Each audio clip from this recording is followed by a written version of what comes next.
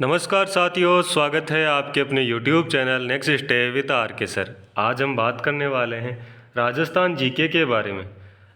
आज का जो सेशन होने वाला है वो इम्पोर्टेंट सेशन होने वाला है, तो सेशन को लास्ट तक देखना। जो साथी चैनल पर पहली बार आए हैं वो चैनल को सब्सक्राइब कर लेना, बेल आइकन को प्रेस कर लेना ताकि नोटिफिकेशन आप सभी के पास पहुँच सके। चलिए बढ़ते हैं अपने सेशन की ओर। क्वेश्चन नंबर 1 की ओर चलते हैं। क्वेश्चन नंबर 1 हमारे पास दे रखा है, बिरमानिया बेसिन राजस्थान के किस ज़िले में है। देखो बिरमानिया जो बेसिन है वो राजस्थान के कौन से ज़िले में है, ये यहाँ पर पूछा है। ऑप्शंस दे रखे हैं हमारे पास, नागौर, बीकानेर, जैसलमेर, श्रीगंगानगर। कौन सा ऑप्शन राइट आंसर होगा। किसकी बात हो रही है, बिरमानिया जो बेसिन है उसकी बात हो रही है। ये एक छोटा सा बेसिन है। जो बिरमानिया बेसिन है वो कैसा है, वो छोटा सा बेसिन है, ज़्यादा बड़ा बेसिन नहीं है। ठीक है, कहाँ पर है, दक्षिण में है। दक्षिण में एक छोटा सा बेसिन है और वो दक्षिण में कहाँ पर है, तो ये है जैसलमेर में। ऑप्शन यहाँ पर सी अपना राइट आंसर हो जाएगा। ठीक है, सी क्या हो जाएगा, राइट आंसर हो जाएगा। आगे बढ़ते हैं नेक्स्ट क्वेश्चन की ओर। नेक्स्ट क्वेश्चन हमारे पास दे रखा है 2 नंबर। क्या कहता है 2 नंबर, राजस्थान के निम्न में से किस जिले में विशाल सीमा अंश नहीं गुजरता। यहाँ पर किसकी बात हो रही है, सीमा अंश या भ्रंश की बात हो रही है जो नहीं गुजरता। चित्तौड़गढ़, सवाई माधोपुर, प्रतापगढ़ और धौलपुर। कौन सा ऑप्शन राइट आंसर होगा। तो यहाँ पर अगर बात करें सीमा भ्रंश की, तो सीमा भ्रंश है ना, वो कहाँ से नहीं गुजरता, तो वो नहीं गुजरता प्रतापगढ़ से। ऑप्शन यहाँ पर सी अपना राइट आंसर हो जाएगा। ठीक है, प्रतापगढ़ से नहीं गुजरता। ये जो गुजरता है वो राज्य के दक्षिणी पूर्वी भाग में। ठीक है, दक्षिणी पूर्वी भाग में यानी कि चित्तौड़गढ़ में से गुजरता है। और अगर बात करें तो और कहाँ से गुजरता है, तो ये और गुजरता है कहाँ पर, तो ये धौलपुर में से भी और सवाई माधोपुर से। ठीक है, ये वहाँ से भी गुजरता है। और गुजर कहाँ से नहीं, तो ये गुजरता नहीं है कहाँ से, प्रतापगढ़ से। ठीक है, ऑप्शन यहाँ पर सी अपना राइट आंसर हो जाएगा। आगे चलते हैं नेक्स्ट क्वेश्चन की ओर। क्वेश्चन नंबर 3 हमारे पास दे रखा है। क्वेश्चन नंबर 3 क्या कहता है, घग्गर नदी का तल क्या कहलाता है। घग्गर नदी है, इसका तल क्या कहलाता है, ये हमें यहाँ पर पूछा है। तो ऑप्शंस हमारे पास दे रखे हैं, तो यहाँ पर जो ऑप्शन होगा वो हो जाएगा डी, यानी नाली कहलाता है। ठीक है, जो घग्गर नदी का तल है वो क्या कहलाता है, नाली कहलाता है। ऑप्शन यहाँ पर डी अपना राइट आंसर हो जाएगा। स्थानीय भाषा में जो तल है ना उसे कहते हैं क्या, नाली कहते हैं। ठीक है, चलिए आगे बढ़ते हैं नेक्स्ट क्वेश्चन की ओर। क्वेश्चन नंबर हमारे पास दे रखा है 4 नंबर। क्वेश्चन नंबर 4 क्या कहता है, देखो यहाँ पर दे रखा है,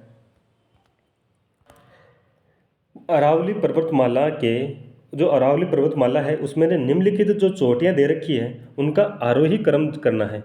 क्या करना है, आरोही क्रम में व्यवस्थित करना है। और तीसरे स्थान पर कौन सी चोटी होगी वो हमें यहाँ पर बताना है। देखो यहाँ पर हमारे पास चोटियों के नाम दे रखे हैं। ठीक है, इनका आरोही क्रम यानी कि छोटे से बड़े की ओर। ठीक है, आरोही क्रम का मतलब क्या हुआ, छोटे से बड़े की ओर हुआ। उसमें तीसरे स्थान पर कौन सा आएगा वो हमें यहाँ पर बताना है। ठीक है, अगर यहाँ पर हम देखें तो सबसे पहले अगर यहाँ पर देखें तो देखो कुंभलगढ़ दे रखा है। अगर हमें यहाँ पर कुंभलगढ़ की ऊंचाई पता है तो हम उसका व्यवस्थित कर लेंगे। सभी की ऊंचाई देखनी होगी। तो अगर कुंभलगढ़ की बात करें तो कुंभलगढ़ की अगर यहाँ पर देखो तो कुंभलगढ़ की जो ऊंचाई है वो कितनी है, 1001 मीटर है। ठीक है, कितनी है, 1001 मीटर। यहाँ पर अगर बात करें तो यहाँ पर दे रखा है अचलगढ़ दे रखा है। ठीक है, अचलगढ़ की बात करें तो अचलगढ़ की जो ऊंचाई है वो कितनी है, वो है 1380। कमलनाथ दे रखा है तो कमलनाथ की जो ऊंचाई है वो है, देखो यहाँ पर थोड़ा सा मिस्टेक हुआ है हमें, ये कुंभलगढ़ की ऊंचाई नहीं है। यहाँ पर देखो, यहाँ पर दे रखा है क्या, अचलगढ़ दे रखा है। अगर बात करें किसकी, ऋषिकेश की। ठीक है, सबसे पहले ऋषिकेश की ऊंचाई देखते हैं। तो ऋषिकेश की जो ऊंचाई है वो कितनी है, तो वो है 1017 मीटर। ठीक है, फिर बात करें किसकी, कुंभलगढ़ की। अगर कुंभलगढ़ की यहाँ पर देखें तो कुंभलगढ़ की ऊंचाई की बात करें तो वो कितनी है, 1224 मीटर है। हमने यहाँ पर 1100 लिखी थी, वो 1100 किसकी है, कमलनाथ की, वो सॉरी 1001 किसकी है, कमलनाथ की है। अचलगढ़ की बात करें तो अचलगढ़ की है 1380।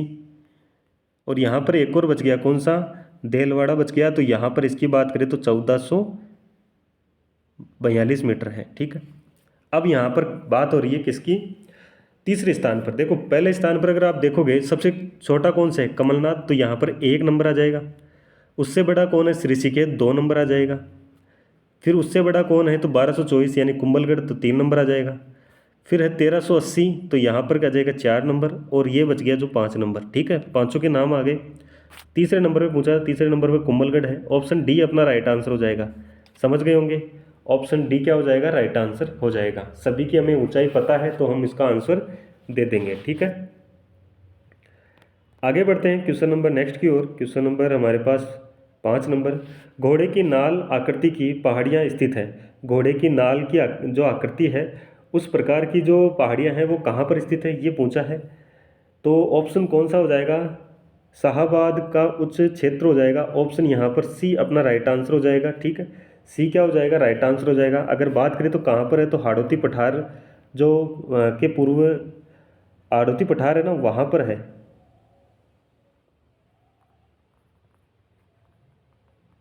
हाड़ौती पठार में मिलेगी। ठीक है ना, आगे चले नेक्स्ट क्वेश्चन की ओर। परवेरिया, सूराघाट, बर और देबारी स्थित है। ये कहाँ पर स्थित है, ये यहाँ पर पूछा है। ठीक है, तो ये स्थित कहाँ है, तो ये है हमारे पास जो ऑप्शंस दे रखे हैं उनमें अगर बात करें तो मध्य अरावली में है। ऑप्शन यहाँ पर कौन सा हो जाएगा, डी, या राइट आंसर हो जाएगा। ऑप्शन डी यहाँ पर राइट आंसर हो जाएगा। ठीक है ना, ये जितनी भी घाटें हैं ये जो दे रखी है ये कहाँ पर है, ये मध्य अरावली में है। ठीक है, मध्य अरावली में है, ब्यावर जिला है वहाँ पर, ब्यावर जिले के जो क्षेत्र है उसमें मिलेगा। ठीक है ना, आगे बढ़ते हैं नेक्स्ट क्वेश्चन की ओर। क्वेश्चन नंबर हमारे पास दे रखा है 7 नंबर। यह मैदान पश्चिम से पूर्व की ओर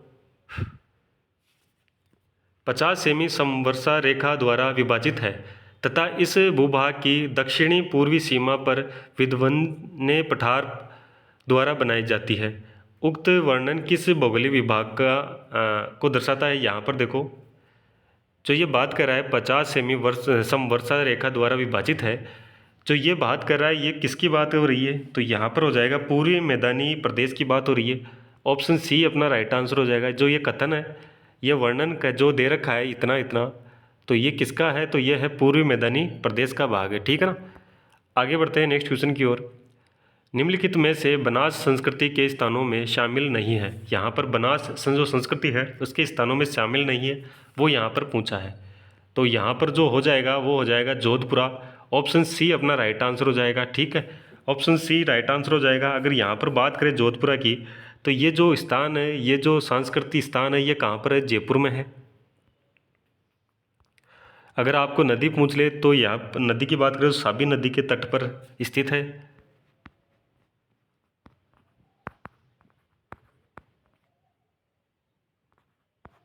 ठीक है, चलिए आगे बढ़ते हैं नेक्स्ट क्वेश्चन की ओर।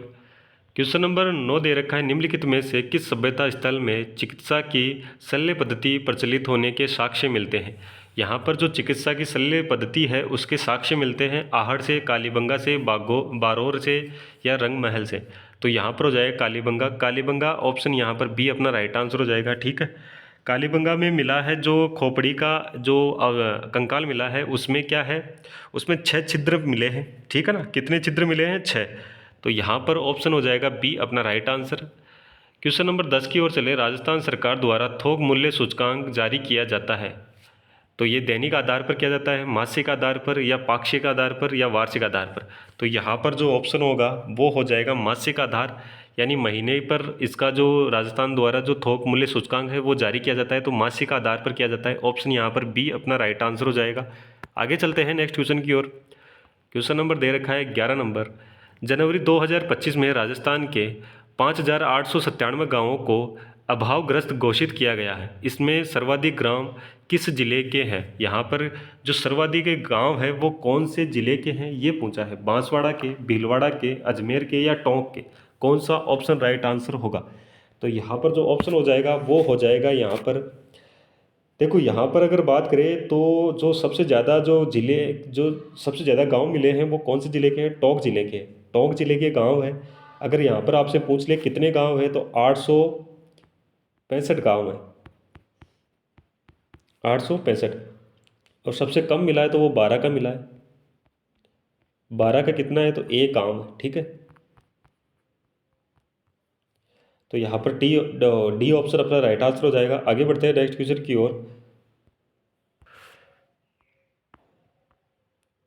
राजस्थान की किस खिलाड़ी को 2024 का अर्जुन पुरस्कार अवार्ड दिया गया? राजस्थान की कौन सी खिलाड़ी है जिसे अर्जुन पुरस्कार अवार्ड दिया गया है? ये जो पुरस्कार है वो किस खिलाड़ी को दिया गया है? जो यहाँ पर दे रखा है वो क्या दे रखा है? मोना अग्रवाल है, ठीक है ना।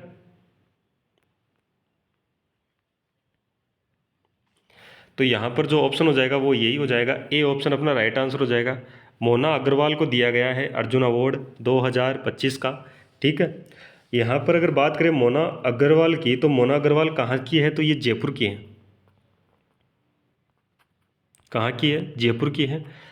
बात करें तो ये जो फ्रांस में आयोजित पैरा ओलंपिक खेलों में कांस्य पदक जीता था इन्होंने। क्या जीता था? जो पेरिस फ्रांस में जो पैरा ओलंपिक हुआ था उसमें कांस्य पदक जीता था, ठीक है ना। आगे बढ़ते हैं नेक्स्ट क्वेश्चन की ओर। क्वेश्चन नंबर दे रखा है 13 नंबर। जनवरी 2025 में पीएम कुसुम योजना घटक एक के तहत कितने मेगावाट के अतिरिक्त आवंटन को मंजूरी दी गई है? तो यहाँ पर जो ऑप्शन हो जाएगा वो हो जाएगा बी अपना राइट आंसर हो जाएगा। बी राइट आंसर हो जाएगा, यानी 5000 जो मेगावाट है उसकी जो उत्पादन की क्या गई है, मंजूरी की गई है, ठीक है ना। तो यहाँ पर ऑप्शन हो जाएगा कौन सा? B right answer. आगे बढ़ते हैं नेक्स्ट क्वेश्चन नंबर 14 की ओर। क्वेश्चन नंबर 14 दे रखा है, नसीराबाद में 1857 की क्रांति की शुरुआत के लिए निम्नलिखित में से कौन सा कारण सबसे महत्वपूर्ण था? कहाँ की बात हो रही है? नसीराबाद की बात हो रही है। ये तो आप सभी को पता है कि राजस्थान में जो 1857 की क्रांति हुई थी उस समय 6 छावनियाँ थी, उसमें से 4 छावनियों में क्या हुआ था? स्वतंत्र संग्राम हुआ था, ठीक है। उसमें से जो नसीराबाद है वो एक छावनी है। वहाँ पर जो क्रांति होने का जो शुरुआत होने का कारण था वो कारण कौन सा था? अंग्रेजों द्वारा भारतीय सैनिकों पर अविश्वास और उनकी निगरानी बढ़ाना, नसीराबाद में गोला बारूद की कमी, स्थानीय शासकों का विद्रोहियों को समर्थन और चर्बी वाले कारतूसों की अफवाहों का अभाव। तो यहाँ पर कौन सा राइट आंसर होगा? तो नसीराबाद में जो क्रांति हुई थी उसका जो मुख्य कारण था वो क्या था? यह यहाँ पर बात करें तो ए ऑप्शन अपना राइट आंसर होगा। अंग्रेजों द्वारा जो भारतीय सैनिकों पर अविश्वास करना और उनकी निगरानी बढ़ाना। नसीराबाद में आप सभी को पता है कि जो 15 जो बंगाल इन्फेंट्री थी उस पर क्या किया था, उसके जो सैनिकों को क्या किया था, वहाँ से हटा दिया था, ठीक है। कहाँ से हटा दिया था? अजमेर से हटा दिया था और नसीराबाद उनको भेज दिया था, ठीक है। इस चक्कर में वहाँ पर क्या हुआ था? अविश्वास हुआ था और उस कारण वहाँ पर क्रांति हुई थी, ठीक है। आगे बढ़ते हैं नेक्स्ट क्वेश्चन की ओर। 1857 की क्रांति में राजस्थानी साहित्यकार सूर्यमल मिश्र ने किस रचना के माध्यम से क्रांतिकारियों को प्रेरित किया था? तो यहाँ पर जो सूर्यमल मिश्र है उसकी कौन सी रचना है जिससे क्रांतिकारी प्रेरित हुए थे? तो उनकी जो रचना है वो है वीर सतसई। कौन सी रचना है? वीर सतसई। ऑप्शन यहाँ पर बी अपना राइट आंसर हो जाएगा, ठीक है। जो बाकी जो रचनाएं हैं वो रचनाएं कौन के किसके? जो आयो अंग्रेज मुल्क रे ऊपर, हट जा रे गोरा राज भरतपुर को और मारवाड़ रा बीरबल, ये जो रचनाएं हैं ये किसकी है? तो ये है बांकी दास की। किसकी है? बांकी दास की है। बाकी जो रचनाएं हैं जो बच गई, जो वो रचनाएं किनकी है? वो बांकी दास की है, ठीक है ना। आगे बढ़ते हैं क्वेश्चन नंबर 16 की ओर। क्वेश्चन नंबर 16 दे रखा है, तात्या टोपे ने अपनी दूसरी राजस्थान यात्रा में निम्नलिखित में से किस शासक को पराजित कर उनका क्षेत्र अपने अधिकार में लिया था? यहाँ पर किसकी बात हो रही है? तात्या टोपे की बात हो रही है, ठीक है। उन्होंने जो दूसरी बार राजस्थान में प्रवेश किया था तो वो कौन से शासक को पराजित करके उनके क्षेत्र पर अधिकार किया था? टोंक के नासिर मोहम्मद खां, बांसवाड़ा के लक्ष्मण सिंह, झालावाड़ के पृथ्वी सिंह और बूंदी के राम सिंह। कौन सा ऑप्शन राइट आंसर होगा? तो यहाँ पर जो ऑप्शन हो जाएगा वो हो जाएगा बांसवाड़ा के लक्ष्मण सिंह को क्या किया था? पराजित किया था और उनका जो शासक था, जो क्षेत्र था उस पर क्या किया था? इन्होंने अधिकार किया था। ऑप्शन यहाँ पर कौन सा हो जाएगा? बी राइट आंसर हो जाएगा। क्वेश्चन नंबर 17 की ओर चले। 1857 की क्रांति में सूजा कंवर राजपुरोहित की क्या भूमिका थी? यहाँ पर सूजा कंवर राजपुरोहित है, उनकी क्या भूमिका थी वो पूछी है। इन्होंने तात्या टोपे के साथ मिलकर सिक्कर में विद्रोह का नेतृत्व किया। वे एकमात्र महिला क्रांतिकारी थी जिन्होंने पुरुष वेश में अंग्रेजों को लाडनू से भगाया। उन्होंने अंग्रेजों के खिलाफ कविताएं लिखकर जन जागृति फैलाई। वे डूंगरजी जवाहर जी की सहयोगी थी और छावनियों को लूटने में शामिल थी। तो यहाँ पर जो ऑप्शन होगा वो कौन सा राइट आंसर होगा? किसकी बात हो रही है? सुजा कंवर की बात हो रही है। सुजा कंवर की बात हो रही है। तो उन्होंने जो किया था वो क्या किया था? यहाँ पर देखो बी ऑप्शन, देखो बी ऑप्शन दे रखा है। वे एकमात्र ऐसी महिलाएं थी, कैसी महिला थी कि उन्होंने जो क्रांतिकारी थी जिन्होंने क्या किया था, पुरुषों की जो वेशभूषा पहनकर, जो पुरुष जो कपड़े पहनते हैं उन कपड़ों को पहनकर वो क्या किए थे, अंग्रेजों के साथ उनको विद्रोह किया था और लाडनू से उनको भगाया था। तो ऑप्शन यहाँ पर बी अपना राइट आंसर हो जाएगा। ठीक है, चलिए आगे बढ़ते हैं क्वेश्चन नंबर 18 की ओर। किस गांव की ऊँटों की कैमल सफारी प्रसिद्ध है? तो यहाँ पर कौन सा ऑप्शन हो जाएगा? यहाँ पर बी ऑप्शन अपना राइट आंसर हो जाएगा। सम गांव है, वहाँ की जो ऊँट पर जो कैमल सफारी है वो प्रसिद्ध है। ऊँटों की जो कैमल सफारी है वो प्रसिद्ध है। तो बी ऑप्शन अपना राइट आंसर हो जाएगा। गांव कौन सा है? सम गांव है। आगे बढ़े नेक्स्ट क्वेश्चन की ओर। क्वेश्चन नंबर 19 दे रखा है। उदयपुर की स्थापना कब और किसके द्वारा की गई? उदयपुर की जो स्थापना है वो कब और किसके द्वारा की गई? यहाँ पर ऑप्शन कौन सा हो जाएगा? 1559 महाराणा उदय सिंह प्रथम, 1559 महाराणा उदय सिंह द्वितीय, 1558 महाराणा उदय सिंह प्रथम और 1558 महाराणा उदय सिंह द्वितीय। तो यहाँ पर हो जाएगा बी ऑप्शन, महाराणा उदय सिंह द्वितीय 1559 में उन्होंने क्या की थी? उदयपुर की स्थापना की थी। ऑप्शन बी अपना राइट आंसर होगा। आगे बढ़े क्वेश्चन नंबर 20 की ओर। मेड़ता के पास हुए युद्ध में अलाउद्दीन खिलजी के किस सेनानायक और उनकी पत्नी को कानड़ देव ने क्या की थी? कानड़ देव की सेना ने क्या किया था? बंदी बनाया था। ठीक है, वो कौन सा अलाउद्दीन खिलजी का जो सेनापति था जिसकी पत्नी और उस सेनानायक को कानड़ देव की सेना ने बंदी बनाया था? तो यहाँ पर ऑप्शन दे रखे हमारे पास, समज खां, कमालुद्दीन गुर्ग, नुसरत खां, अलगू खां। तो यहाँ पर कौन सा हो जाएगा? तो ऑप्शन हमारे पास हो जाएगा ए ऑप्शन, समज खां को क्या किया था? बंदी बनाया था। ऑप्शन ए अपना राइट आंसर हो जाएगा। ठीक है,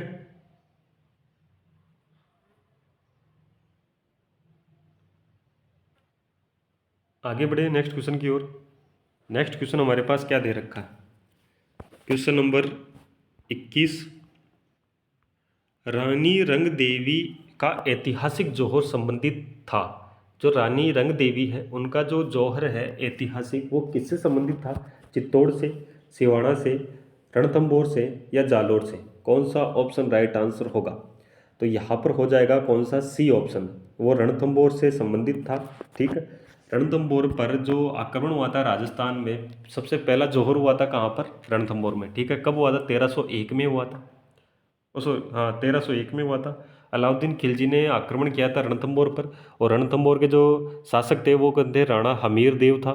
ठीक है, 11 जुलाई 1301 को क्या हुआ था? दुर्ग पर अधिकार हो गया था किसका? अलाउद्दीन खिलजी का। जो रंग देवी है इन्होंने जो जौहर किया था वो किया था जल जौहर। कौन सा जौहर किया था? जल जौहर किया था। ठीक है, कौन सा जौहर था? जल जौहर, एकमात्र जल जौहर हुआ है। ठीक है ना, आगे बढ़ते हैं नेक्स्ट। अच्छा, इतने ही क्वेश्चन थे। तो सेशन कैसा लगा? अगर अच्छा लगा तो सेशन को लाइक कर देना, शेयर कर देना सभी साथी। ठीक है, और जो चैनल पर पहली बार आए वो चैनल को सब्सक्राइब कर लेना, बेल आइकन को प्रेस कर लेना ताकि नोटिफिकेशन आप सभी के पास पहुंच सके। चलिए, धन्यवाद। जय हिंद, जय भारत।